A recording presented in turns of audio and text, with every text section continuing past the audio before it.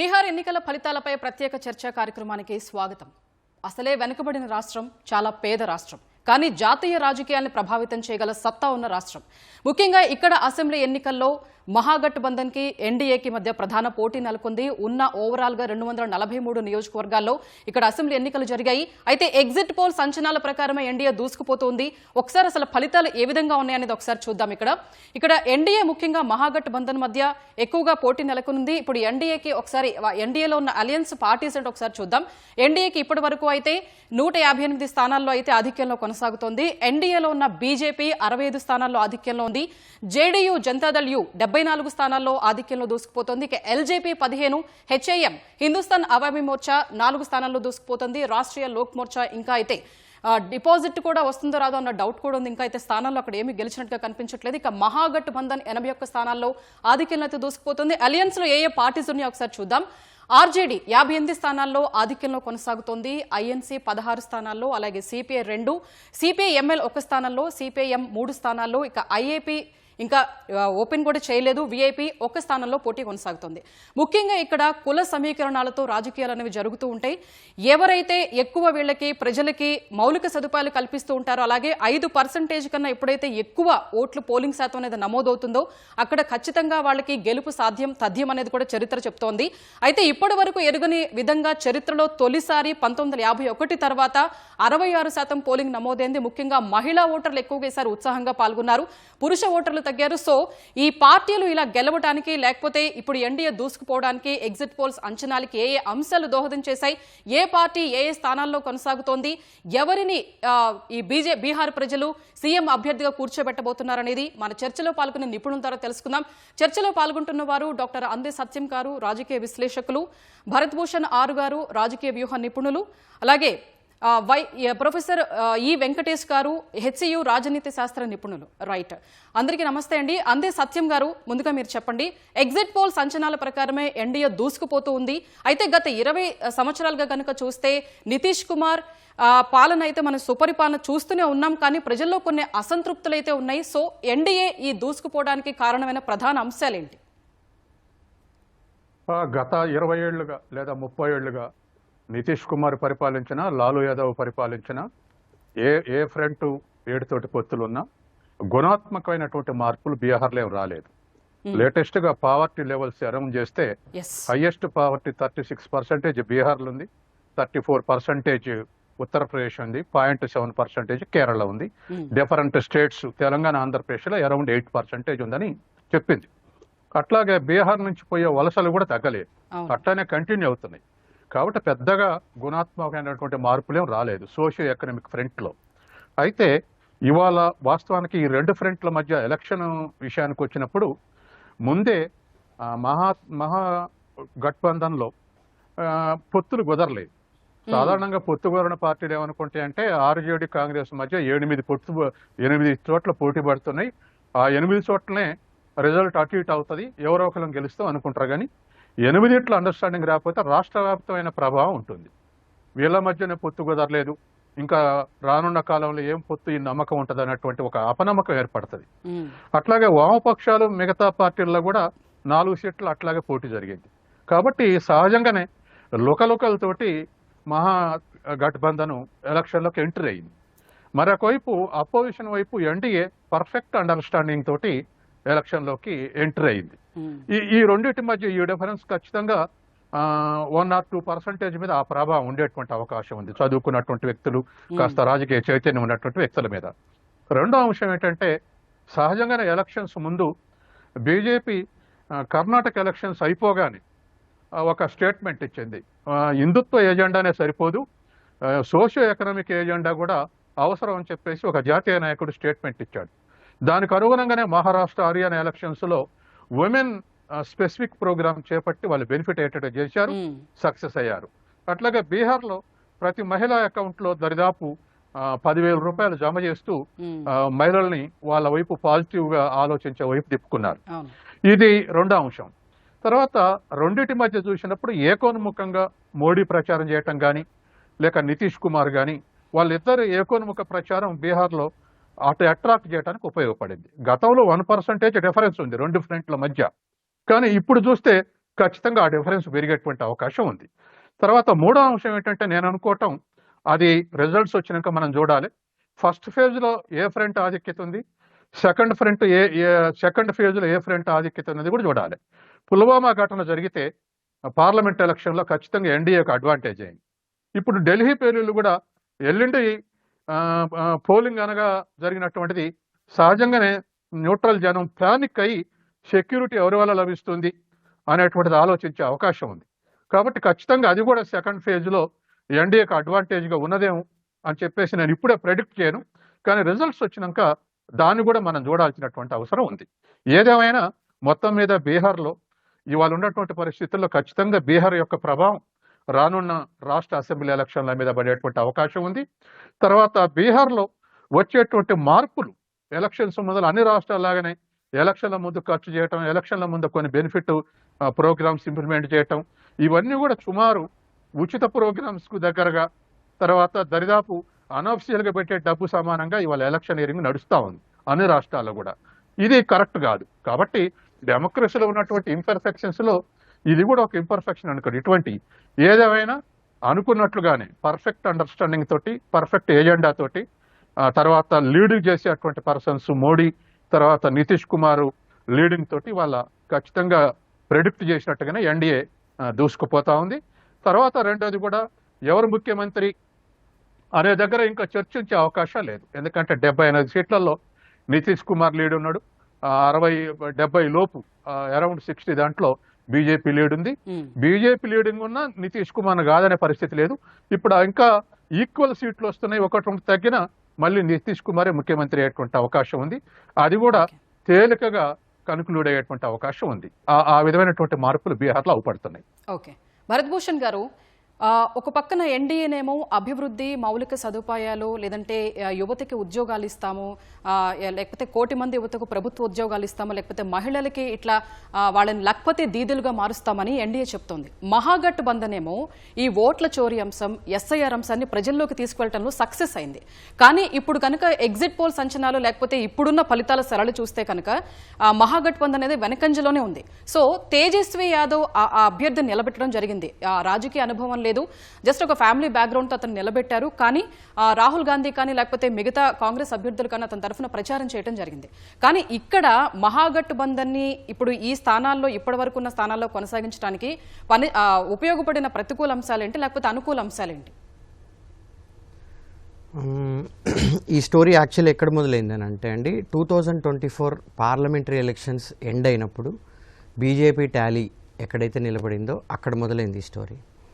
అంటే నితీష్ కుమార్, చంద్రబాబు నాయుడు ఇద్దరు వచ్చి సపోర్ట్ ఇచ్చి యూనియన్ గవర్నమెంట్లో డెసిసివ్గా, అంటే చాలా క్లారిటీతో ఉన్నారు. అక్కడ ఏమి డిస్టర్బెన్సెస్ లేవు, దెర్ ఈజ్ నో స్కోప్, అసలు అక్కడ ఏమన్నా చేయగలము అని. ఆ డెసిసివ్నెస్సే ఈరోజు ఇలాంటి నెంబర్స్ తీసుకొచ్చిందండి. మనం చూస్తే పోయిన ఎలక్షన్లలో జేడీయూ, నితీష్ కుమార్ పార్టీ 115 స్థానాల్లో పోటీ చేస్తే 41 స్థానాల్లో మాత్రమే గెలిచారు. కానీ ఈసారి ఆల్మోస్ట్ డబుల్ అయింది ఆ నెంబర్. ఎందుకు? Clarity. Nitish Kumar is going to be the CM. ఆ కన్సాలిడేషన్ మనం నితీష్ కుమార్కి చేస్తే, ఎందుకంటే యూనియన్లో గవర్నమెంట్ ఫార్మేషన్లో చాలా క్రూషల్ రోల్లో ఉన్నారు, చాలా స్ట్రాంగ్గా, చాలా డెసిసివ్గా వెళ్తుంది ఆ government. They are not able to shake it. ఇక్కడ మహాగఠబంధన్ సైడ్ చూస్తే యాక్చువల్లీ చెప్పాలి అని అంటే ఈ గేమ్ కూడా వీళ్ళు ఎక్కడ స్టార్ట్ చేశారంటే, మహాగఠబంధన్ కానీ ఇండియా అలియన్స్ కానీ ఈ గేమ్ స్టార్ట్ చేసింది క్యాస్ట్ సెన్సస్, ఓబీసీ ఎన్యూమరేషన్, ఇదే గేమ్.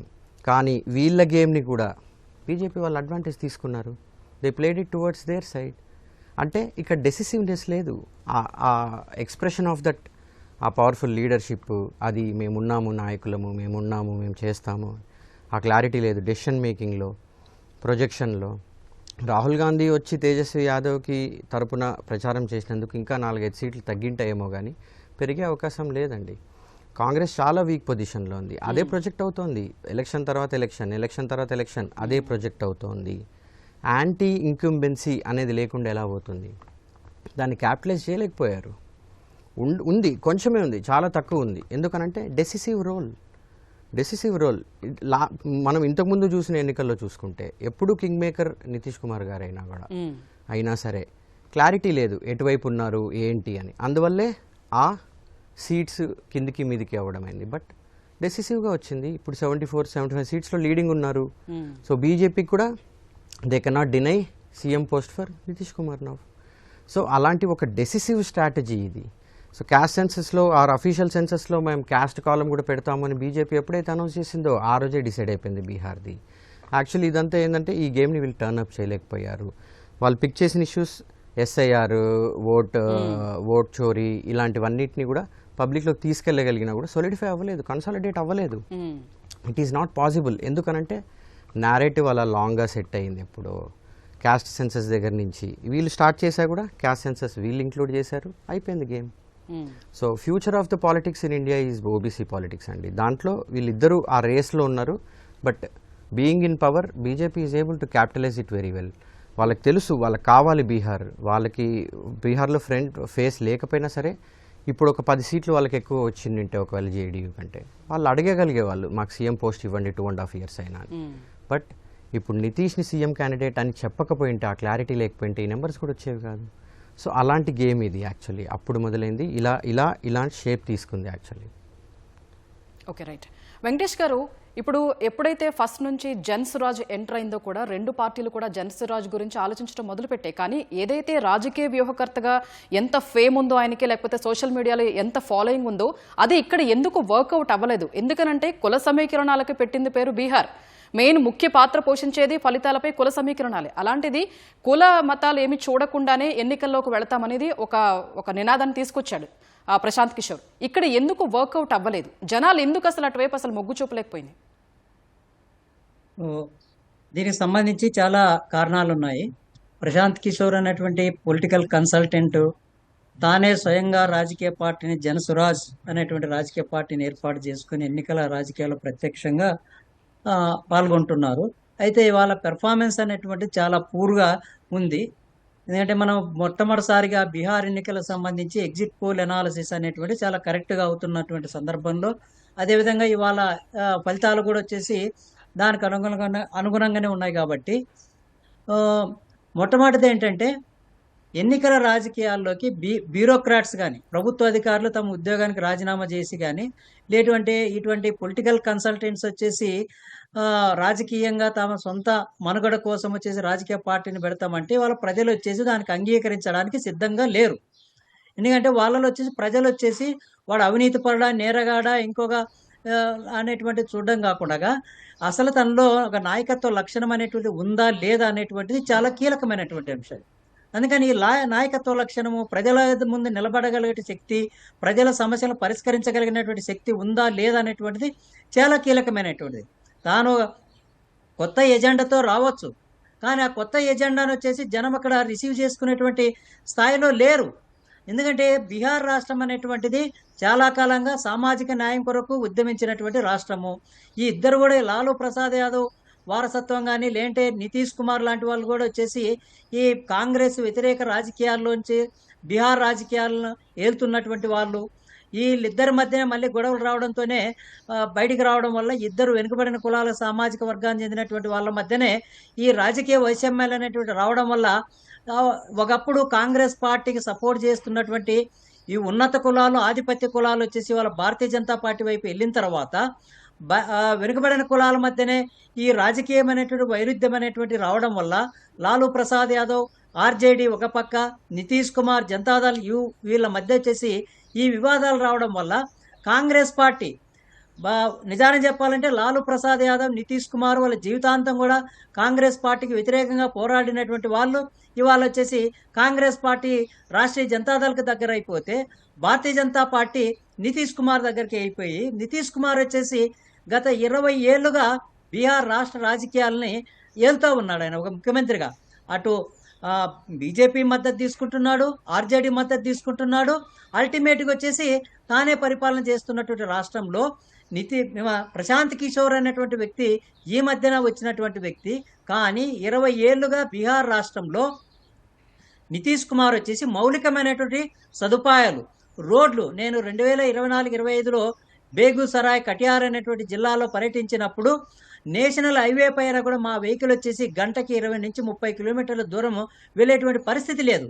కానీ ఇవాళ 20 ఏళ్ల తర్వాత ఒకసారి వెనక్కి తిరిగి చూసినప్పుడు, చాలా మందితో మాట్లాడినప్పుడు, అక్కడ పరిశీలిస్తే రోడ్లు అనేటువంటి మౌలిక సదుపాయాలు అనేటువంటి చాలా తేడాలు అనేటువంటివి వచ్చాయి. చాలా ఇంప్రూవ్మెంట్ అనేటువంటి జరిగింది. అదేవిధంగా విద్య పైన తను కాన్సన్ట్రేషన్ చేశాడు, ఆరోగ్యం పైన కాన్సన్ట్రేషన్ చేశాడు. అట్లాగే ఇవి లా అండ్ ఆర్డర్ ఒకప్పుడు వచ్చేసి ఇవాళ తేజస్వి యాదవ్కి వచ్చేసి ఒక బడ్ అనేది పాస్ట్ ఏదైనా ఉంది అనుకుంటే, ఇవాళ ఎన్డీఏ కూటమి వచ్చేసి జంగిల్ సర్కార్ అనేటువంటి ప్రచారాన్ని చాలా విజయవంతంగా ఉపయోగించుకోగలిగింది. అట్లాగే కాంగ్రెస్ పార్టీ ఒక బడ్డన అయిపోయింది.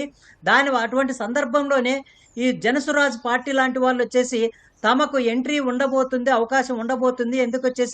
ఎందుకంటే బీహార్ రాష్ట్రంలోనే దేశంలోనే అత్యధికమైనటువంటి యూత్ పాపులేషన్ అనేటువంటి ఉంది. ఆ యువత పాపులేషన్ వచ్చేసి అట్రాక్ట్ చేయగలనేటువంటి ఒక ఉద్దేశంతో జనస్వరాజ్ పార్టీ అనేటువంటిది ప్రయత్నం చేసింది, ఒక ఎక్స్పెరిమెంట్ అనేటువంటి చేసింది. ఈ మధ్య కాలంలోనే వచ్చేసి నేపాల్ దేశంలో జెన్ జెడ్ అనేటువంటి ఈ కేటగిరీ యూత్ అంతా వచ్చేసి ఇక్కడ ప్రభుత్వాన్ని మార్చిన తర్వాత మన ప్రశాంత్ కిషోర్ వచ్చేసి చాలా హోప్స్ అనేటువంటిది పెట్టుకున్నాడు.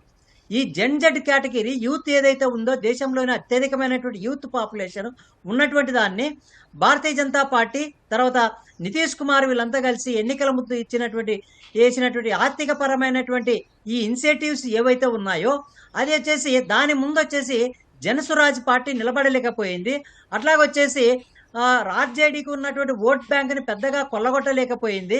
ఒకవేళ మొత్తం ఓవరాల్గా పర్సెంటేజ్ ఆఫ్ ఓట్ బ్యాంక్ చూసినప్పటికీ కూడా ఈ ఎన్నికల ఫలితాలు వచ్చిన తర్వాత అదే తర్వాత సీట్ల శాతాన్ని చూసినప్పటికీ కూడా ఎంతైతే ఎక్స్పెక్ట్ చేశారో, ఎంతైతే ఊహించారో కనీసం ఒక 5 నుంచి 7% ఓట్ బ్యాంకును 20 నుండి 20 సీట్లను జనసురాజ్ పార్టీ తాను గెలవబోతుంది అనేటువంటి ప్రచారం జరిగింది. నిజంగా అదే గిన జరిగిందంటే ఆర్జేడీకి ఇంకా ఎక్కువ ఎడ్జ్ అనేటువంటిది వచ్చింది. ఎందుకంటే ఇవాళ యూత్ మహిళలు అంతా కూడా వచ్చేసి ఎన్డీఏ కూటమికి వచ్చేసి డబుల్ ఇంజిన్ సర్కార్కి వచ్చేసి ఓటు వేయడం అనేటువంటి జరుగుతూ ఉంది.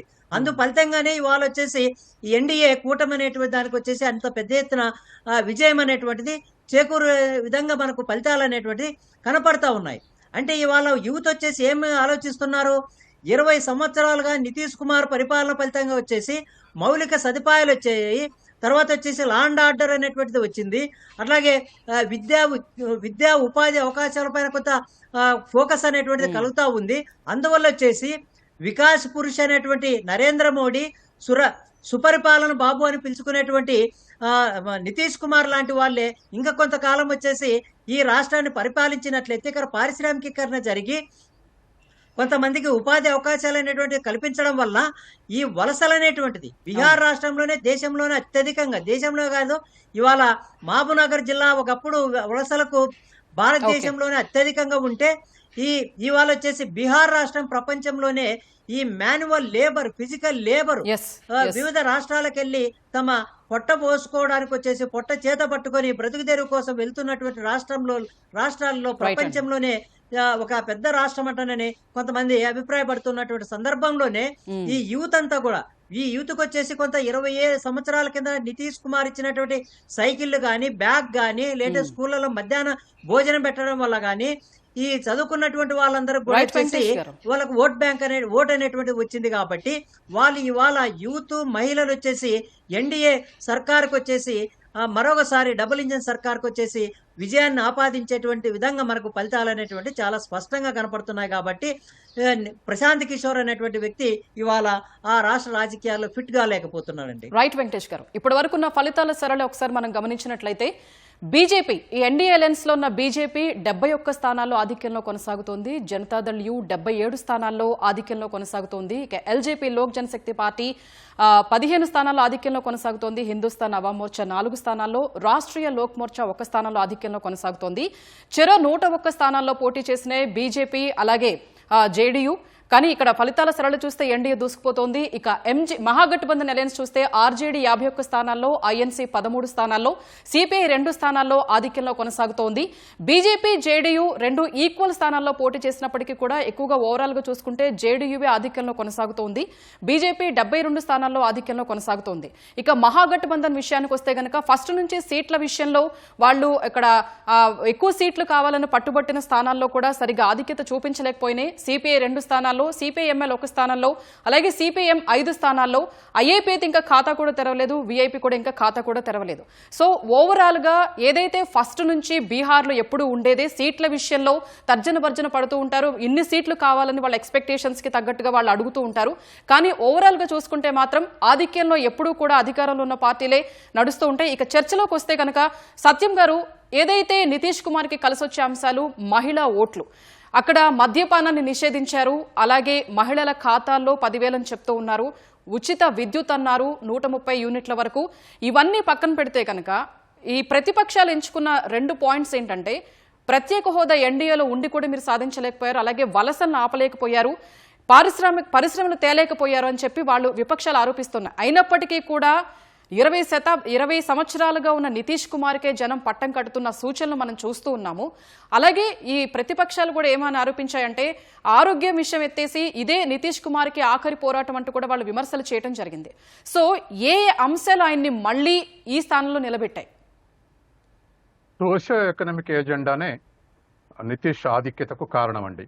ఎందుకంటే తను ఏ డిస్టర్బెన్సెస్ ఉన్నాయో, ఒకప్పుడు ఫ్యూడల్ రిలేషన్స్ ఉండేవి బీహార్లో, ఆ తర్వాత సెమీ ఫ్యూడల్ రిలేషన్స్ ఉన్నాయి. ఇవాళ ఇన్ఫ్రాస్ట్రక్చర్ ఫెసిలిటీస్ తోటి మోడర్నైజ్ అవుతా ఉంది బీహార్. మోడర్నైజ్ అవుతున్న కొద్దీ సహజంగానే ఘర్షణలు తగ్గుతాయి. ఆ విధమైనటువంటి ఘర్షణలు తగ్గటం అనేటువంటిది ఖచ్చితంగా అది in the process of system. అంటే కమర్షియలైజ్ ఉంటూ ఉంటే మీరు ఎక్కడైనా తెలంగాణలో ఇంకెక్కడైనా చూడండి, విషయం కమర్షియలైజ్ అవుతూ ఉంటే సిస్టమ్ ఘర్షణలు తగ్గుతుంటాయి. కాబట్టి ఇదివరకు లాంటి క్యాస్ట్ కాన్ఫ్లిక్ట్ కానీ లేకపోతే ఇదివరకు లాంటి కాన్ఫ్లిక్ట్స్ వాళ్ళు తగ్గుతూ వస్తున్నాయి బీహార్లో. తర్వాత కేంద్ర ప్రభుత్వం కూడా ఎక్కువ ఇన్ఫ్రాస్ట్రక్చర్ మీద ఖర్చు పెడుతూ వస్తుంది. ఈ రెండింటి వల్ల బీహార్ లాభపడింది, నితీష్ కుమార్ లాభపడ్డాడు. తర్వాత ఇంకోటి ఎడ్యుకేషన్ మీద ఇంపార్టెన్స్ అనేది ఓవరాల్ ఇండియాలో పెరుగుతుంది, బీహార్లో కూడా అది పెరిగింది. తర్వాత మూడవది నితీష్ కుమారు నెమ్మదస్తుడుగా తర్వాత పరిపాలకుడిగా ఒక పేరుతోటి ఎస్టాబ్లిష్ అయి ఉన్నాడు. గతంలో ఒరిస్సాలో నవీన్ పట్నాయక్ ఎట్లనో, బెంగాల్లో జ్యోతి బసు ఎట్లనో, ఇట్లా ఒక ఎస్టాబ్లిష్డ్ లీడర్గా మాకు ప్రెస్టీజియస్ ఆల్టర్నేటివ్ ఎవరంటే Nitish Kumar meant for Bihar is meant for Nitish Kumar అనేటువంటి స్టేటస్ కు ఎదిగున్నాడు. తర్వాత మరొకటి ఏమిటంటే నితీష్ కుమార్ కు ఇంపార్టెన్స్ ఉంటుంది, ఎందుకంటే సెంట్రల్ గవర్నమెంట్లో మంచి డెసిషన్ మేకర్ ఉన్నాడు. కాబట్టి అది కూడా నితీష్ కుమార్ కు ఆల్టర్నేటివ్, ఆయన స్టేటస్ ని పెంచింది. ముఖ్యమంత్రి స్థాయి కన్నా ఎక్కువ చూస్తున్నారు, ఎందుకంటే జాతీయ ప్రభుత్వం నిలబెట్టేది తనే అనేటువంటి స్థితి కూడా ఉన్నది. వీటన్నిటి కారణాల వల్ల ఖచ్చితంగా మనం ఇంతకు చెప్పుకున్న కారణాలు కాక ఇవి ఎన్డీఏ వైపు మొగ్గటానికి ఉపయోగపడ్డాయి. రెండవది పీకే కూడా ఎందుకు ప్లేస్ లేదంటే, డెఫినెట్లీ ఇవాళ 2 ఫ్రంట్ల ఆల్టర్నేటివ్ ఉన్న తర్వాత పొలిటికల్ స్పేస్ లేదు. పొలిటికల్ స్పేస్ లేనప్పుడు కొత్త పార్టీ ఎంట్రీ అయితే ఇదే రిజల్ట్ వస్తుంది. మీరు ఏ రాష్ట్రంలో చూసుకోండి, స్పేస్ ఉంటే, ఉదాహరణకు ఆంధ్రప్రదేశ్లో కాంగ్రెస్కి ఆల్టర్నేటివ్ లేదా అన్నాడు, ఎన్టీ రామారావు ఎంటర్ అయ్యి ఆల్టర్నేటివ్గా ముందుకొచ్చాడు, గెలిచాడు. కాబట్టి బీహార్లో 2 ఫ్రంట్ల మధ్య పోటీ జరుగుతున్నప్పుడు ఓరావరి ఇవాళ పీకే ఎంటర్ అయ్యి నేను ఒక ఫోర్స్ అని చెప్పుకునే అవకాశం లేదు. ముందే ఆయన పార్టీ పెట్టగానే ఇది ఎలక్షన్ల తర్వాత డిజపేర్ అయ్యిందని చెప్పినటువంటి వాళ్ళు అనేక మంది ఉన్నాం. అదే జరిగింది. కాబట్టి ఇవాళ ఉన్నటువంటి పరిస్థితుల్లో పొలిటికల్ స్పేస్ లేకుండా మనం చూసాం కదా, ఇంటలెక్చువల్స్ లేదా చాలా మంచి పేరున్న వాళ్ళు ఎంటర్ అయినా దానికి ఇప్పుడు మనం మన రాష్ట్రంలో జయప్రకాష్ నారాయణ చూసాం, జేడి లక్ష్మీనారాయణ చూసాం, ఇంకా మంచి ఆఫీసర్లు లేదా మంచి వ్యక్తులు అనుకున్నటువంటి వాళ్ళకు కూడా తర్వాత రిజల్ట్స్ రాలేదు. ఫస్ట్ టైం ఏదైనా గెలిస్తే గెలిచి ఉండొచ్చు కానీ ఆల్టర్నేట్ డెవలప్ కాలేదు, సెకండ్ టైం ఆ విన్స్ కూడా రెన్యువల్ కాలేదు. కాబట్టి ఇప్పుడు ఉన్నటువంటి పరిస్థితిలో ఆల్టర్నేటివ్ పాలిటిక్స్ చూస్తున్నారు. ఇవాళ మనం అదే చూస్తున్నాం కదా, జూబ్లీహిల్స్ ఎలక్షన్లో కూడా ఆల్టర్నేటివ్ కాంగ్రెస్కి ఆల్టర్నేటివ్ ఎవరంటే వాళ్ళకేసారు. ఆల్టర్నేటివ్ లేనప్పుడు ఎరోజన్ వచ్చినప్పుడు ఎరోజన్ వస్తే మిగతా పార్టీలు బెనిఫిట్ అవుతున్నాయి. కాబట్టి ఇప్పుడు ఉన్నటువంటి సిచ్యువేషన్లో బీహార్లో కూడా అదే జరిగింది. ఖచ్చితంగా ఇది నేషనల్ పాలిటిక్స్ ఇంపార్టెంట్, తర్వాత ఇన్ఫ్రాస్ట్రక్చర్ ఫెసిలిటీసు, తర్వాత నితీష్ కుమార్ యొక్క సెక్యులర్ హ్యాబిట్స్, అది బీజేపీతో పొత్తు ఉండనివ్వండి కాకుండా ఆ ఆస్పెక్ట్లో ఆయన అంత అడ్వాన్చరిస్ట్గా ప్రయాణం చేయట్లేదు. అక్కడ అందరూ అంటే ముస్లింల ఓట్లు కూడా వేయించుకునేటువంటి శక్తి నితీష్ కుమార్కు ఉంది. కాబట్టి ఆ ఆస్పెక్ట్ చూసినప్పుడు బీజేపీ మన నితీష్ కుమార్కి ఆస్తి అయితే నితీష్ కుమార్కు బీజేపీ కూడా ఆస్తి, వాళ్ళు కూడా కలిసి వచ్చేటువంటి పరిస్థితి ఉంది. బీజేపీకి ఎట్లంటే బీజేపీ ఒక్కటే ఉంటే ముస్లింలు దూరం అవుతారు. నవీన్ ఇప్పుడు నితీష్ ఉన్నాడు కాబట్టి ముస్లింస్ కూడా నితీష్ కుమార్ని చూసి ఓటేస్తారు. కాబట్టి ఇట్లా మ్యూచువల్ బెనిఫిట్ జరిగింది. కాబట్టి వాళ్ళ బీహార్లో ఉన్నటువంటి పరిస్థితి మోడర్నైజ్ అవుతా ఉంటే ఈ కులతత్వాలు లేదా కుల అటాచ్మెంట్లు డైల్యూట్ అవుతాయి. అటువంటిది మనకు బీహార్లో కనపడుతుంది. On the lines of caste అది వాళ్ళు ఓటేయలేదు. అట్లాగే పొలిటికల్ స్పేస్ లేకుండా PK cannot enter in Bihar politics, అది సాధ్యం కాదు. అది ఎప్పుడో స్పేస్ ఏర్పడితే తప్ప సాధ్యం కాదు. ఏ రాష్ట్రంలో అట్లా సాధ్యం కాలేదు. స్పేస్ ఉంటేనే సాధ్యం అవుద్ది. ఆయన ఇంటలెక్చువల్ కానివ్వండి, వ్యూహకర్త కానివ్వండి, ఇంకెవరైనా కానివ్వండి, ఎవరైనా సరే ఆల్టర్నేటివ్ చూపెట్టాలి. ఆ చూపెట్టకపోతే మనుగడ లేదు. తర్వాత మరొక అంశం కూడా ఉంది బీహార్లో. ఏమిటంటే మేజర్గా మత ఘర్షణలు జరగలేదు. మిగతా రాష్ట్రాల్లో అన్ని చోట్ల మత ఘర్షణలు జరుగుతున్నా, లేదా డౌన్ రాడ్ల మీద దాడులు జరుగుతున్నా, ఈ ఇతర ఇంకా డిఫరెంట్ ఆస్పెక్ట్లో మనకి హెరాస్మెంట్ జరుగుతున్నా, బీహార్లో అటువంటి మేజర్ ఘటనలు జరగలేదు, ఏదైనా మైన్యూట్ అటువంటి. కాబట్టి మనం సాధారణంగా ఎవరైనా చెప్పేది ఏంటంటే law and order is a pre requisite for development. అది ఎవరైనా కోరుకుంటారు. ఒక మనిషి కూడా తన ఇంటి చుట్టూ ప్రశాంతత కావాలని కోరుకుంటాడు, తన బజారు ప్రశాంతత కావాలని కోరుకుంటారు. నితీష్ కుమార్ ఆధ్వర్యంలో రాష్ట్రంలో బీహార్ ప్రశాంతంగా ఉంటుంది అనే జనరల్ అట్మాస్ఫియర్ క్రియేట్ అయి ఉన్నది. కాబట్టి ఇటువంటి పాజిటివ్ రిజల్ట్స్ వస్తున్నాయి.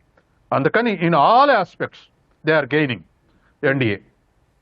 ఓకే, భరత్ భూషణ్ గారు, ఇప్పుడు తేజస్వి యాదవ్ సంగతే చూసుకుంటే కనుక రాఘోపూర్ నుంచి ఆయన ఆధిక్యంలో కొనసాగుతున్నారు. మరోపక్క జేజేడీ నుంచి మహువా నుంచి కూడా తేజ్ ప్రతాప్ యాదవ్ కూడా ఆధిక్యంలో కొనసాగుతూ ఉన్నారు. అయితే ఇక్కడ మహాగఠబంధన్ విషయానికి వచ్చేసరికి తేజస్వి యాదవ్కి సంబంధించి కుటుంబ నేపథ్యం ఏమైనా మైనస్ అయిందా, లేదంటే యాదవులు ముస్లింల ఓట్లు ఏమన్నా అనుకూలించలేదా?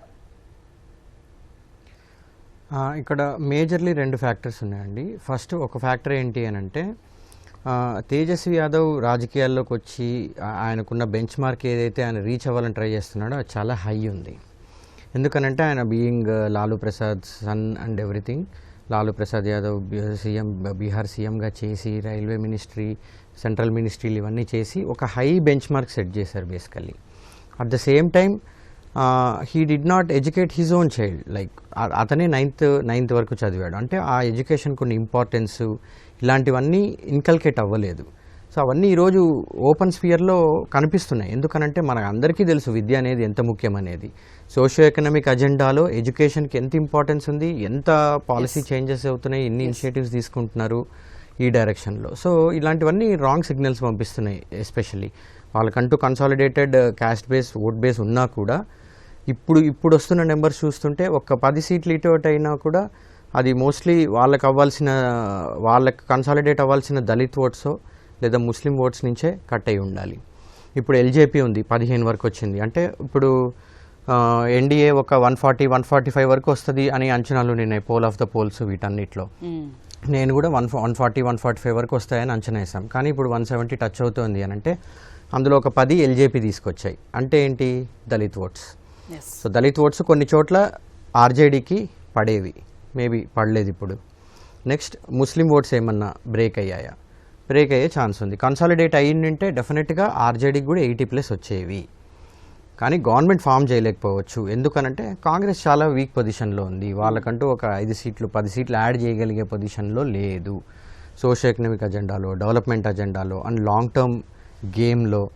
సో వీళ్ళు ఇప్పుడు ఎస్ఐఆర్ తీసుకొచ్చి ఇవన్నీ చేయగలిగినా కూడా వాటిలోంచి క్యాపిటలైజ్ చేయలేకపోతున్నారు. అదే వాళ్ళ problem. Family effect, family influence అని అంటే అంతే. వాళ్ళకి ఇప్పుడు వచ్చే 70 సీట్లు అయినా కూడా అది వాళ్ళ ట్రెడిషనల్ ఓట్ బేస్. అది వాళ్ళ గవర్నమెంట్ ఉన్నా రాకపోయినా అది వాళ్ళకి పడే ఓట్. అది అయినా సరే అది ప్రభుత్వం ఫామ్ చేయడానికి హెల్ప్ చేయలేదు. 2022లో ప్రభుత్వం చేయగలిగినా కూడా మళ్ళీ నితీష్ కుమార్ హెల్పే కావాల్సి వచ్చింది. సో అలాంటి ఒక కింగ్ మేకర్ పొజిషన్లో ఉన్నారు. అండ్ జేడీయూ గ్రాఫ్ ఇలా పడిపోతున్న టైంలో వాళ్ళు మళ్ళీ బ్రెతర్ నవ్ 41 సీట్స్ నుంచి ఇప్పుడు ఈరోజు చూస్తే 70-75 సీట్స్, 78-80 సీట్స్ టచ్ అవుతున్నారు. సో జేడీయూ మళ్ళీ ఊపిరి పోసుకుంటోంది. ఎక్కడి నుంచి? కాంగ్రెస్, ఆర్జేడీ వీళ్ళ దగ్గర నుంచే. అంటే నితీష్ కూడా 20 ఏళ్ళు నితీష్ కుమార్ సీఎంగా చేసినా కూడా బీహార్ అలానే ఉంది. బీహార్లో చాలామంది మైగ్రెంట్స్ ఉన్నారు. World over highest manual labour బయటికి వెళ్ళు, ఇట్లాంటి కండిషన్స్ ఉన్నా సరే లాంగ్ టర్మ్ క్యాపిటల్ ఎక్స్పెండిచర్ అంటే ఇన్ఫ్రాస్ట్రక్చర్ క్రియేట్ చేయడం, సప్లై చైన్ లింకేజెస్ క్రియేట్ చేయడం, వీటి మీద బీజేపీ 2014 నుంచే పనిచేస్తుంది. So as a part of India and also Nitish being secular, ఇందాక సార్ చెప్పినట్లు నితీష్ సెక్యులర్, ఇవన్నీ కాన్ఫిడెన్స్ ఇస్తున్నాయి. లేకపోతే జంగిల్ రాజ్ అనేది ఒక నామ్ అండి బీహార్లో ఒకప్పుడు, అదే నామ్. కానీ దానికి కూడా ఈరోజు వ్యతిరేకంగా వెళ్ళి చేయగలుగుతున్నారంటే చూపించగలుగుతున్నారు కదా డెవలప్మెంట్ అంటే ఏంటి అని. డెవలప్మెంట్ అంటే అదేదో పదం కాదు, మనము ఎన్నికలప్పుడు ప్రచారం చేయడానికి యూజ్ చేసే అభివృద్ధి అనేది ఒక పదం కాదు, కనపడాలి, జనాలకి కనిపిస్తోంది. సో ఇవన్నీ కనిపిస్తున్నప్పుడు వాళ్ళు ఈ ఛాన్స్ మళ్ళీ మిస్ చేసుకోకుండా ఇంకొకసారి వాళ్ళకి ఇచ్చే పొజిషన్ లేదు. కొంచెం స్ట్రాంగ్ అవ్వాలి, స్ట్రెంగ్తన్ అవ్వాలి. గేమ్ చాలా ఇంటెలిజెంట్గా ఆడి మహాగఠబంధన్ కూడా. సో వాళ్ళు క్యాపిటలైజ్ చేయగలిగిందంటే నమ్మగలిగే పొజిషన్లో జనాలు వచ్చిండేవాళ్ళు. బట్ అలాంటి సిచ్యువేషనే లేదు. క్యాస్ట్ సెన్సస్ మేము తీసుకొస్తామని చెప్పినా సరే బీజేపీలు మేము యాడ్ చేసేస్తామన్నారు. సో నితీష్ కుమార్ ఇన్నేళ్ళు సీఎం చేసినా అందుకే యాంటీ ఇంక్యుంబెన్సీ లేదు. సో అదొక పెక్యులర్ బిహేవియరల్ ఆస్పెక్ట్ అనమాట పొలిటికల్ సైన్స్లో. ఎందుకంటే యాంటీ ఇంక్యుంబెన్సీ అనేది నార్మల్గా ఉంటుంది, ఎవరికైనా ఉంటుంది. అలాంటిది ఎక్కువ లేదు బీహార్లో. ఎందుకు? సో వీళ్ళు వీక్ ఉన్నారు కాబట్టి, వీళ్ళు ప్రూవ్ చేసుకోలేకపోతున్నారు. 2022 నుంచి 24 వరకు గవర్నమెంట్ ఉన్నప్పుడు కూడా ఎందుకు మళ్ళీ ఆ గవర్నమెంట్ నుంచి నితీష్ కుమార్ వచ్చేసారు? ఎందుకు అంటే అవన్నీ చూశారు జనాలు, ఇది వర్కౌట్ అయ్యేలా లేదు, ఇది కష్టము అని. సో డెసిసివ్గా వీళ్ళు చేస్తూ ఇలా ఉన్నప్పుడు వీళ్ళకే మంచి మ్యాండేట్ ఇద్దాము అనేదే ఈ reflection. So Tejashwi Yadav role ఏంటి ఇట్లా అనంటే we should step out of all these. వీటిలోంచి బయటికి వచ్చి గ్రో అవ్వాలి. సో రియల్ ప్రాబ్లమ్స్ ఏంటి, జనాలకి నిజంగా కష్టమయ్యే అంశాలు ఏంటి, వాటి మీద మనం ఏం చేయగలము అనేవి తెలుసుకోగలగాలి. సో అది వాళ్ళ ఫ్యామిలీ అట్మాస్ఫియర్లో వచ్చి ఉండిండదు. ఆబ్వియస్లీ వాళ్ళ నాన్న చీఫ్ మినిస్టర్, వాళ్ళ నాన్న సెంట్రల్ మినిస్టర్గా ఉండి ఇతను చిన్నప్పుడు పెరిగి ఉంటే అలా ఉండిండదు అలాంటి అట్మాస్ఫియర్. సో వాళ్ళ ఎడ్యుకేషన్, క్వాలిఫికేషన్ ఇవి చూస్తే మనం, సో అవన్నీ బీహార్లో నార్మల్. బట్ ఇప్పుడు పాలిటిక్స్ వీటిని కూడా అఫెక్ట్ చేస్తున్నాయి. ఎందుకనంటే ఈరోజు ఇన్ఫర్మేషన్ అందరికీ తెలుసు. ఒకప్పుడు అంటే తెలీదు. ఒకప్పుడు పేపర్లో చూసి చదివి తెలుసుకోవాలి, టీవీలో చూసి ఇదే నిజం అనుకోవాలి. బట్ అలా లేదు. అన్ని కోణాలు, అన్ని యాంగిల్స్, పర్స్పెక్టివ్స్ అన్నీ in touch of a single tap అందరికీ దొరుకుతున్నాయి. సో ఇవన్నీ కూడా యాక్చువల్లీ హెల్ప్ అవుతున్నాయి వీళ్ళకి. సో వీళ్ళు అక్కడ క్యాపిటలైజ్ చేయలేకపోతున్నారు. అండ్ బెంచ్ మార్క్ చాలా హై ఉంది. అదే తేజస్వి యాదవ్ ఈరోజు ఒక నార్మల్ ఎమ్మెల్యే కొడుకు అయినంటే ఇంకా బెటర్ ఫ్యూచర్ ఉండిండేది మేబీ. అంటే ఆ బెంచ్ మార్క్ హై సెట్ చేయడము అండ్ అదే టైంలో ఎన్డీఏ, నితీష్ కుమార్ లాంటి కాంబినేషన్ ఉండడం అనేది it is making it impossible for Tejashwi Yadav literally. Okay Venkatesh garu, ఇప్పుడు ఈ మహాగఠబంధన్ కనుక విషయానికి వస్తే ఇంటికో ప్రభుత్వ ఉద్యోగం అన్నారు, 200 యూనిట్ల వరకు ఉచిత విద్యుత్ అన్నారు, అలాగే మహిళలకి సంబంధించి కూడా నెలకి 2500 అన్నారు. చాలా ఫ్రీబీస్ అనేవి చాలా చెప్పారు. ఇంటికో ప్రభుత్వ ఉద్యోగం అనేది సాధ్యమేనా అన్న చర్చ కూడా అక్కడున్న స్థానికుల్లో నడిచింది. సో వీళ్ళని వెనక్కి లాగేయడానికి అంశాలంటే ఇప్పుడు అలాగే భరత్ భూషణ్ గారు చెప్పారు అభ్యర్థి విషయంలో కూడా, తేజస్వి యాదవ్ విషయంలో కూడా అక్కడ కొంత మైనస్ జరిగింది అనేసి. సో మీ అభిప్రాయం ఏంటి? ఒకటి, కొంచెము అతను ఎలక్షన్ మేనిఫెస్టోలో ఇచ్చినటువంటి ఈ వాగ్దానాలు ఏవైతే ఉన్నాయో అవి కొంత యూటోపియన్ లాగా చూశారు బీహార్ ఓటర్స్. ఇంటికో ఉద్యోగం ఇవ్వడం అనేటువంటిది సాధ్యమయ్యే పనేనా? కొంతవరకు ఎలక్ట్రిసిటీ అయితే ఇవ్వడానికి స్కోప్ ఉన్నటువంటిది ఆల్రెడీగా చాలా మటుకు జరుగుతున్నటువంటి విషయమే. అట్లాగే ఇవాళ దేశవ్యాప్తంగా కూడా ఈ మహిళా సంఘాలు అనేటువంటి జీవిక అనేటువంటి దాన్నే నేషనల్ రూరల్ లైవ్లీహుడ్స్ మిషన్ అని కూడా అందులో భాగంగా జీవిక అనేటువంటి ప్రాజెక్ట్ అనేటువంటి జరుగుతూ ఉంది అక్కడ. అంటే మన తెలుగు రాష్ట్రాల్లో వచ్చేసి స్వయం సహాయక సంఘాలు, మహిళా స్వయం సహాయక సంఘాలు అవి వచ్చేసి వాళ్ళు చాలా ఒక ఆర్గనైజ్డ్ సంస్థలుగా మారాయి. కాబట్టి ఈ సంస్థలకి వచ్చేసి కొంత డబ్బు డీబీటీ, డైరెక్ట్ బెనిఫిట్ ట్రాన్స్ఫర్ అనేటువంటిది చాలా స్కీమ్స్ నుంచి డైవర్ట్ చేసి ఇందుకు ట్రాన్స్ఫర్ చేయడానికి అవకాశం అయితే ఉంది. ఎకనామికల్గా డైరెక్ట్ డీబీటీసీకి వచ్చేసి స్కోప్ ఉంది. కానీ ఇంటికో ఉద్యోగం ఇవ్వడం అనేటువంటి సాధ్యమేనా అంటే అది మనకు కొంచెం దాని గురించి ఆలోచించాల్సినటువంటి అవసరం ఉంది. ఎందుకంటే 2019 ఎన్నికల తర్వాత కూడా జగన్ కూడా ఇటువంటి ప్రయత్నం ఒకటి చేసినప్పటికీ కూడా అందులో పూర్తి స్థాయిలో సఫలం కాలేదు. సో అదే ఈ ఇంటికో ఉద్యోగం అనేటువంటిది సాధ్యం అవుతుందా కాదా అనేటువంటి ప్రతి ఒక్కరు కూడా అనుమానించారు కాబట్టి తనకొచ్చేసి ఆ స్థాయిలో ఓట్ బ్యాంక్ అనేటువంటి పోవడం అనేటువంటిది జరిగింది. అయితే ఇక్కడ ఆహ్, తేజస్వికి వచ్చేసి కుటుంబం అనేటువంటిది, కుటుంబ వారసత్వ రాజకీయమే 2గా అతనికి పాజిటివ్‌గా ఉన్నాయి, నెగెటివ్‌గా ఉన్నాయి. తన కుటుంబ నేపథ్యమే ఎందుకొచ్చేసి తండ్రి వచ్చేసి సామాజిక న్యాయ ఉద్యమంలో భాగస్వామ్యము, కీలకమైనటువంటి వ్యక్తి. మండల్ కమిషన్ జాతీయ రాజకీయాల్లో ప్రభావితం చూడడంలో లాలూ ప్రసాద్ కీలకమైనటువంటి వ్యక్తి కాబట్టి, అట్లాగే ఎల్కే అద్వానీ గారిని వచ్చేసి రథయాత్ర ప్రారంభించినప్పుడు వచ్చేసి ఈ అరెస్ట్ చేయించడం ఫలితంగా వచ్చేసి ముస్లిం ఓట్ బ్యాంక్ దగ్గర అవ్వడం వల్ల అంటానని ఇదే బలమైనటువంటి ఓట్ బ్యాంక్ సోషల్ క్యాపిటల్ అయితే, అదేవిధంగా ఒక మైనస్ ఏమైందంటే ఆ జంగిల్ రాజ్ అనేటువంటిది సిద్ధాంతాన్ని చాలా బలంగా ప్రచారం చేయడం వల్ల వారసత్వ కుటుంబ రాజకీయాలకు కూడా మేము వ్యతిరేకమంటానని భారతీయ జనతా పార్టీ ఏనాటి నుంచే చెప్తా ఉంది.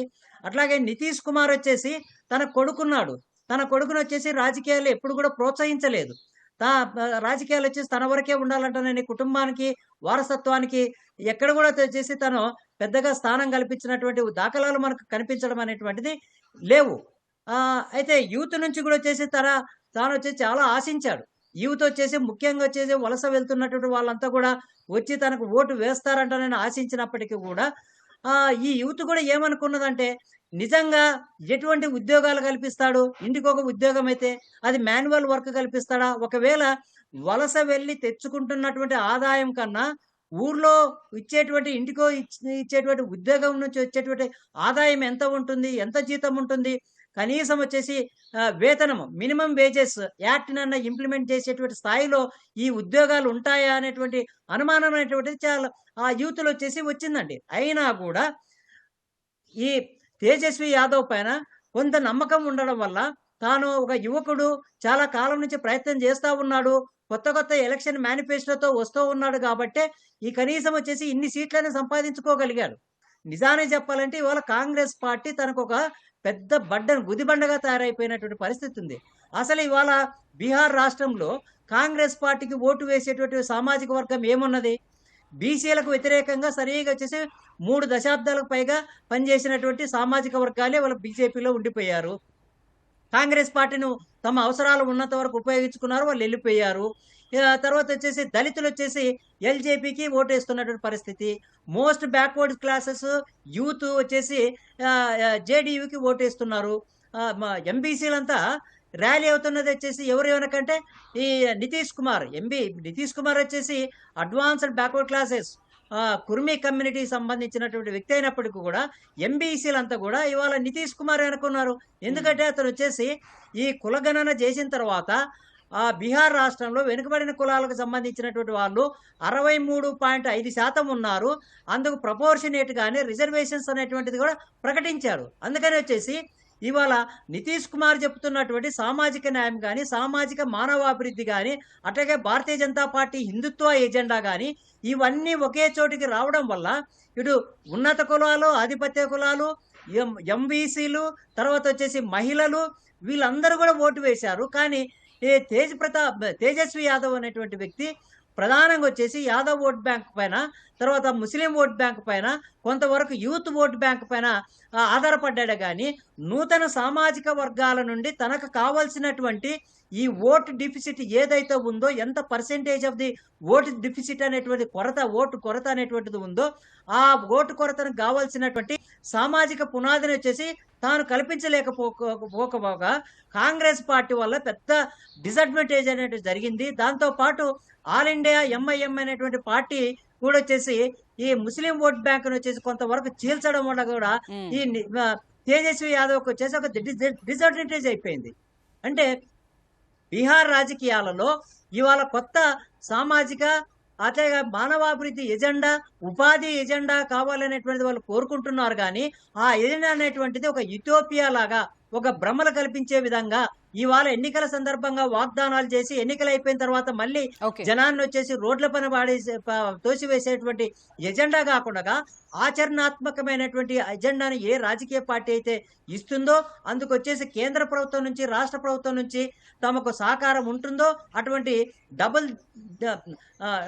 ఈ 2 ప్రభుత్వాలు కేంద్ర ప్రభుత్వం రాష్ట్ర ప్రభుత్వం ఒకటే అయితే కొంత పారిశ్రామికీకరణ జరిగి కొంత కొత్త ఉపాధి అవకాశాలు వచ్చి అట్లాగే మౌలిక సదుపాయాలు అనేవి మెరుగుపడి మరింత మానవాభివృద్ధికి జరిగినట్లయితే బీహార్ రాష్ట్రాన్ని వెనుకబాటుతనం నుంచి పేదరికం నుంచి తీసుకొచ్చేందుకు అవకాశం ఉంటుందనేటువంటి ఉద్దేశంతోనే బీహార్ ప్రజలైనా ఇవాళ జూబ్లీ హిల్స్ లో ఓటేసినటువంటి వాళ్ళైనా చాలా తెలివిగా ఓటు వేస్తున్నారండి. కేంద్రంలో ఎవరు అధికారంలో ఉంటే ఆ పార్టీకి అనుకూలమైనటువంటి ప్రభుత్వమే రాష్ట్రంలో అధికారంలో ఉండగలిగితే మనకు కొంత నిధులు అనేటువంటి వచ్చి ఆర్థిక పరంగా వచ్చేసి అభివృద్ధి చెందడానికి అవకాశం ఉంటుందనేటువంటి తెలివితేటలను ఉపయోగించి ఇవాళ బీహార్ రాష్ట్రంలో ఉన్నటువంటి ప్రజలు ఓటు వేయడం అనేటువంటి జరుగుతూ ఉంది.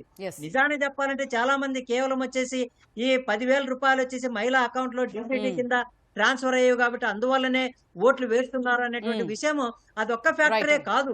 వాళ్ళు కూడా జనంకి వచ్చే సాధారణమైనటువంటి ఓటర్కు కూడా సామాజిక పరమైన ఆర్థిక పరమైన నాయకత్వ పరమైనటువంటి దీర్ఘకాలికమైనటువంటి ప్రభుత్వ విధానాలను అభివృద్ధి విధానాలను అన్నింటినీ కూడా దృష్టిలో ఉంచుకొని ఓటు వేయడం అనేటువంటిది, ఎందుకంటే ఇవాళ చదువుకుంటున్నటువంటి వాళ్ళ సంఖ్య పెరుగుతూ ఉంది దేశంలో. అది పేదరికము ఉన్నటువంటి రాష్ట్రంలో కానీ అభివృద్ధి దేశం చెందినటువంటి రాష్ట్రంలో కానీ వాళ్ళ తెలివితేటలను ఉపయోగించి ఓటు వేస్తారనేటువంటి విషయాన్ని కూడా మనం ఇక్కడ గమనించాల్సినటువంటి అవసరం అయితే ఉన్నదండి. రైట్ వెంకటేష్ గారు, ఇప్పటివరకు ఉన్న ఫలితాల సొరలు ఒకసారి మనం గమనిద్దాం. ఎన్డీఏ అలయన్స్ లో ఉన్న బీజేపీ 76 స్థానాల్లో ఆధిక్యంలో కొనసాగుతోంది. జనతాదళ్ యు 79 స్థానాల్లో ఆధిక్యంలో ఉంది. లోక్ జనశక్తి పార్టీ పాశ్వాన్ నేతృత్వంలో పార్టీ 17 స్థానాల్లో ఆధిక్యంలో కొనసాగుతోంది. హిందుస్థాన్ ఆవామ్ మోర్చా 5 స్థానాల్లో, రాష్ట్రీయ లోక్ మోర్చా 1 స్థానంలో ఆధిక్యంలో కొనసాగుతుంది. సో ఎన్డీఏ అలయన్స్ లో మనం జేడీయూ జనతాదళ్ యు చూస్తే బీజేపీ కన్నా కూడా 3 స్థానాలు ఆధిక్యంలో కొనసాగుతుంది. 79 స్థానాల్లో ఆధిక్యంలో ఉంది. సో 20 సంవత్సరాలుగా పరిపాలనలో ఉన్న నితీష్ పరిపాలనకే ప్రజలు పట్టం కట్టారని తెలుస్తుంది. అలాగే ఎగ్జిట్ పోల్స్ అంచనాలకు ఏమాత్రం తగ్గకుండా కూడా అవే ఫలితాలు రిపీట్ అవుతున్నాయి మనం చూస్తున్నాం ఇక్కడ. ఇక మహాగఠబంధన్ అలయన్స్ లో ఆర్జేడీ 44 స్థానాల్లో ఆధిక్యంలో ఉంది. ఐఎన్సీ 10 స్థానాల్లో కొనసాగుతుంది ఆధిక్యంలో. సిపిఐ 2, సిపిఐ ఎంఎల్ ఇంకా ఖాతా కూడా తెరవలేదు. ఇక ఈ ఎంజేబీ మహాగఠబంధన్ అలియన్స్ లో రాష్ట్రీయ జనతాదళ్ అయితే అత్యధిక స్థానాల్లో కొనసాగుతుంది, 44 స్థానాల్లో. సిపిఐ ఎం 6 స్థానాల్లో ఉంది. ఐఏపీ విఐపీ అయితే ఇంకా ఖాతాలు కూడా తెరవలేదు. ఎగ్జిట్ పోల్స్ అంచనాలకు తగ్గట్టే కూడా మనం ఈ ఎన్డీఏ అలయన్స్ చూస్తున్నట్టయితే కనుక ఎక్కువ స్థానాల్లో ఆధిక్యంలో కొనసాగుతుంది. ఏవైతే ఎగ్జిట్ పోల్స్ ఫస్ట్ నుంచి కూడా ఎన్డీఏకి పట్టం కడుతున్నాయి, ప్రతి ఎగ్జిట్ పోల్ ఫలితాలు కూడా మనం చూస్తే వీటికి దగ్గరగానే ఉన్నాయి. ఫస్ట్ నుంచి కూడా ఎప్పుడైతే 5% కన్నా ఎక్కువ ఓట్లు పోలవుతాయో ఖచ్చితంగా అధికార పార్టీకే పట్టం కడతారు బీహార్ ప్రజలనేది మరోసారి నిరూపితమైంది ఇక్కడ. ఈ ఎస్ఐఆర్తో ఓట్ల చోరీతో ప్రజల్లోకి బలంగా అయితే వెళ్ళగలిగారు, కానీ ఈ ఫ్రీబీస్ విషయంలో కూడా ఎక్కువ ఆకట్టుకోలేకపోయారు. బీహార్ ప్రజలు ఇప్పుడు విద్య, ఆరోగ్యం, మౌలిక సదుపాయాలు కోరుకుంటున్నారు. అలాగే రోడ్ల నిర్మాణంలో కానీ లేదా సుపరిపాలన అందించడంలో కానీ నితీష్ కుమార్ ఆధిక్యంలో కొనసాగుతూ ఉన్నారు. ఇక ఈ విషయానికి వస్తే గనక ఫలితాల విషయానికి మనం ఇక్కడ ఎన్డీఏ అలయన్స్లో ఉన్న పార్టీలు బీజేపీ 76 స్థానాల్లో, జేడీయూ 79 స్థానాల్లో, ఎల్జేపీ 17 స్థానాల్లో, హిందుస్థాన్ ఆవామ్ మోర్చా 5 స్థానాల్లో, రాష్ట్రీయ లోక్ మోర్చా 1 స్థానంలో అయితే ఆధిక్యంలో కొనసాగుతోంది.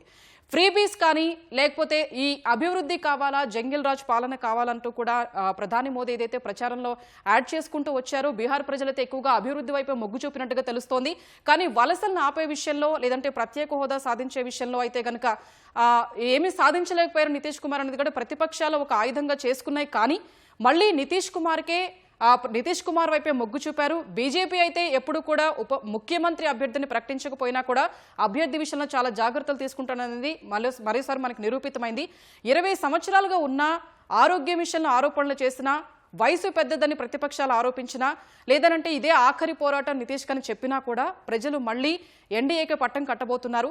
కాంగ్రెస్ అనేక విషయాల్లో కూడా ఫస్ట్ నుంచి వెనకబడుతూనే వస్తుంది. ఫస్ట్ ఆఫ్ ఆల్ ఇప్పటివరకు నిపుణులు చెప్పిన దాని ప్రకారం అయితే అభ్యర్థి విషయంలో తేజస్వి యాదవ్ విషయానికి వస్తే రాజకీయ అనుభవం పెద్దగా లేదు, అతి చిన్న వయసు, అలాగే ఫ్యామిలీకి సంబంధించిన విషయాలు ఆ గొడవలు కూడా ఇంకా వెంటాడుతూనే ఉన్నాయి. ఇక అభ్యర్థిని నిలబెట్టే విషయంలో కాంగ్రెస్ ఫస్ట్ నుంచి మనం చూస్తూనే ఉన్నాము. అలాగే అలయన్స్ విషయం కనుక మనం చూసుకుంటే ఫస్ట్ నుంచి సీట్ల సర్దుబాటు విషయంలో ఎప్పుడూ లుకలుకలు జరుగుతూనే ఉంటాయి.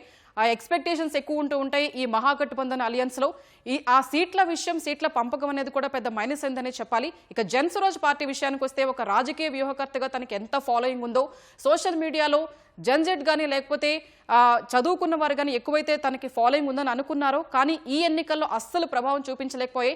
ఫస్ట్ నుంచి ఎగ్జిట్ పోల్స్ కూడా జన్సురాజ్ పార్టీ అంతగా ప్రభావం చూపించదు, అట్లీస్ట్ అసలు 10 స్థానాలు కూడా దాటదని కూడా ప్రతి ఒక్క ఎగ్జిట్ పోల్ కూడా చెప్పుకుంటూ వచ్చాయి.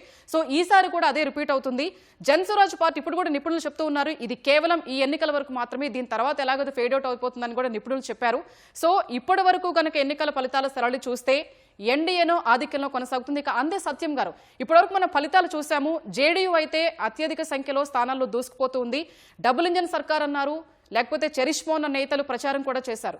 కానీ బీజేపీ ఇంకా కొన్ని స్థానాల్లో వెనుకబడి ఉన్న ఆధిక్యంలో అయితే ఇప్పటివరకు అయితే అలాగే పరిస్థితి ఉంది. సో మీ అభిప్రాయం ఏంటి? ఇప్పుడు ఎవరు ఆధిక్యం ఉన్నా బీజేపీ అండ్ నితీష్ కుమార్, ఎవరు ఆధిక్యం ఉన్నా ముఖ్యమంత్రి నితీష్ కుమారే చేస్తారు. బీజేపీ మొదట బీజేపీ ఆనవాయితీ ఫస్ట్ ముఖ్యమంత్రి అభ్యర్థిని ప్రకటించరు. కానీ నితీష్ని చేయరేమని ఒక బీహార్ వ్యాప్తంగా చర్చ జరుగుతుంది, అది మైనస్ అవుద్దని ఎప్పుడైతే గ్రహించారో వెంటనే నితీష్ కుమారే నాయకత్వంలో పనిచేస్తామని చెప్పేసి ప్రధానమంత్రి సైతం మా ఫ్రంట్కు నితీష్ కుమార్ నాయకత్వం ఇస్తారని అనౌన్స్ చేశాడు. దాంతో నితీష్ కుమార్కు ఫేవర్గా మారింది. రెండవది, బీహార్లో మొదటి నుంచి కూడా యాంటీ కాంగ్రెస్ ఎస్టాబ్లిష్మెంట్ ఉంది. బీహార్ బ్రదర్స్ అని పిలుస్తాం మనం.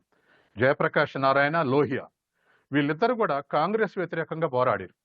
తర్వాత బీసీ కంటెంట్ అప్పటి నుంచి కూడా కొనసాగుతూ వచ్చింది. ఆ తర్వాత కర్పూరి ఠాగూర్, ఆ తర్వాత లాలూ యాదవ్, నితీష్ కుమార్, ఇట్లా వారసత్వంగా యాంటీ కాంగ్రెస్ ఎస్టాబ్లిష్మెంట్ చేసి ఉన్నది. తర్వాత నితీష్ కుమార్ లాలూ యాదవ్ తోటి విడిపోయిన తర్వాత కూడా బీసీలు, ఎంబీసీలు వీళ్ళందరూ కూడా ఈ రెండింటి మధ్యన చీలికై ఇవాళ నడుస్తూ ఉంది. గతంలో కాంగ్రెస్కు స్ట్రాంగ్ ఉన్నటువంటి బ్రాహ్మణ తదితరులందరూ కూడా బీజేపీకి షిఫ్ట్ అయ్యారు. బీసీలు ఈ రెండింటి మధ్య షిఫ్ట్ అయితే బ్రాహ్మణులు తదితరటువంటి వాళ్ళు బీజేపీకి షిఫ్ట్ అయ్యారు. కాబట్టి రోజు రోజుకు కాంగ్రెస్ బీహార్లో వీక్ అవుతూ వస్తుంది. అట్లాగే కాంగ్రెస్ దేశవ్యాప్తంగా ఓడించినటువంటి పార్టీ కూడా ఆనాడు ఎమర్జెన్సీ వ్యతిరేకంగా ఉద్యమం లేవదీసింది కూడా జయప్రకాష్ నారాయణ అక్కడి వాళ్ళే. జయప్రకాష్ నారాయణ ఉద్యమం ప్రవేశపెట్టింది కూడా బీహార్లోనే జరిగింది. కాబట్టి మొదటి నుంచి కూడా ఖచ్చితంగా ఒక కల్ట్ ఏర్పడింది, యాంటీ కాంగ్రెస్ కల్ట్ ఉంది. అది జయప్రకాష్ నారాయణ నుంచి ఇవాళ వరకు ఉంది. కానీ సత్యం గారు ఫస్ట్ నుంచి కూడా నితీష్ కుమార్ పదవుల కోసం కప్పగంతులు వేస్తూనే ఉన్నారు. కానీ అయినప్పటికీ ప్రజలు ఆయనకే మొగ్గు చూపారు. పదవుల కోసం పార్టీలు మారిన సందర్భాలు ఉన్నాయి. వాస్తవం, ఆయన క్రెడిబిలిటీ తగ్గింది అనుకున్నాం మనం. ఖచ్చితంగా ఏది మధ్యన బీజేపీని వదిలేసి మళ్ళా నితీష్ కుమార్ తోటి పొత్తు పెట్టుకోవటం, ఉప ముఖ్యమంత్రిని చేయటం, మళ్ళీ పోయి బీజేపీ తోటి చేరటం, తర్వాత అసలు దేశవ్యాప్తంగా మోడీకి వ్యతిరేకంగా అందరినీ సమీకరించి తాను ప్రధానమంత్రి కావాలని చూసిండని, ఇటువంటివన్నీ కూడా ఆయన ఇండివిజువల్ క్రెడిబిలిటీ దెబ్బతీసింది నిజమే. కానీ పొత్తు రాజకీయాల్లో, ఫ్రంట్ రాజకీయాల్లో తర్వాత మరొక కీలకమైన అంశం సెంట్రల్ గవర్నమెంట్ తన మీద ఆధారపడి ఉంటాం. అది ఆధారపడి ఉండటం వల్ల ఆయన స్టేటస్ ఏం తగ్గలే. మనవాడు జాతీయ ప్రభుత్వంలో చక్రం తిప్పుతున్నాడు. రాష్ట్రానికి కూడా బీజేపీ నుంచి నిధులు కానీ లేదా డెవలప్మెంట్ ప్రోగ్రామ్స్ కానీ అన్ని తీసుకురాగలడు నితీష్ కుమార్ అనేటువంటి కాన్ఫిడెన్స్ మళ్ళీ రివైవ్ కావటానికి ఈ పొత్తు ఉపయోగపడింది. నేషనల్ లెవెల్లో ఎన్డీఏకి సపోర్ట్ చేయటం, రాష్ట్ర స్థాయిలో తన ఫ్రంట్ లీడర్ గా ఉంటాం, ముఖ్యమంత్రిగా కొనసాగటం, ఈ రెండింటితోటి యాంటీ కాంగ్రెస్ ఎస్టాబ్లిష్మెంట్ అనేది నిత్యం కొనసాగుతుంది. కాబట్టే కాంగ్రెస్ గెయిన్ కాలేకపోతుంది. ఇవాళ కాని కాంగ్రెస్ కు ఆర్జేడీకి ఇంకో ఆల్టర్నేటివ్ లేదు, ఇంకో పార్టీ లేదు. తాను ఒకవేళ పొత్తు పెట్టుకుందాం, కాంగ్రెస్ కానీ మరొక పార్టీతో పొత్తు పెట్టుకుందాం అంటే అధికార ఫ్రంట్ నుంచి చీలొచ్చే పార్టీ లేదు. అదర్ దాన్ బీజేపీ, జేడీయూ చిన్న చిన్న పార్టీలు ఉన్నాయి. వాటి వల్ల పెద్దగా గుణాత్మకమైనటువంటి రిజల్ట్ తీసుకొచ్చే అవకాశం లేదు. కాబట్టి వాళ్ళ ఖచ్చితంగా ఇవాళ ఉన్నటువంటి పరిస్థితుల్లో మైనస్లు ఉన్నటువంటి కాంగ్రెస్ మేజర్ గా మారాలంటే సాధ్యం కావట్లేదు. మరొక అంశం కూడా ఉంది. అసలు ఈ పొత్తులు కుదరపోవటానికి ఏమిటి, ఎక్కడి నుంచి వచ్చింది ఈ మనస్తత్వం అంటే, ఈ సర్వేలో 41% జనం సీఎం గా మన తేజస్వి యాదవ్ని సపోర్ట్ చేస్తున్నాయని సర్వే సంస్థలు ప్రకటించినాయి. దాంతో మిగతా ఆర్జేడీ అఫిలియేషన్ ఆర్గనైజేషన్స్, సానుభూతి పరులంతా కూడా మా తేజస్వి యాదవ్ యొక్క ఇమేజ్ తోటే ఇవాళ ఫ్రంట్ నిలబడి ఉంటుంది, కాబట్టి కాంగ్రెస్ మేము చెప్పినట్టు వినాలి అనేటువంటి స్థితిలో ఆర్జేడీ సైకలాజికల్ ఆ స్థితికి పోయింది.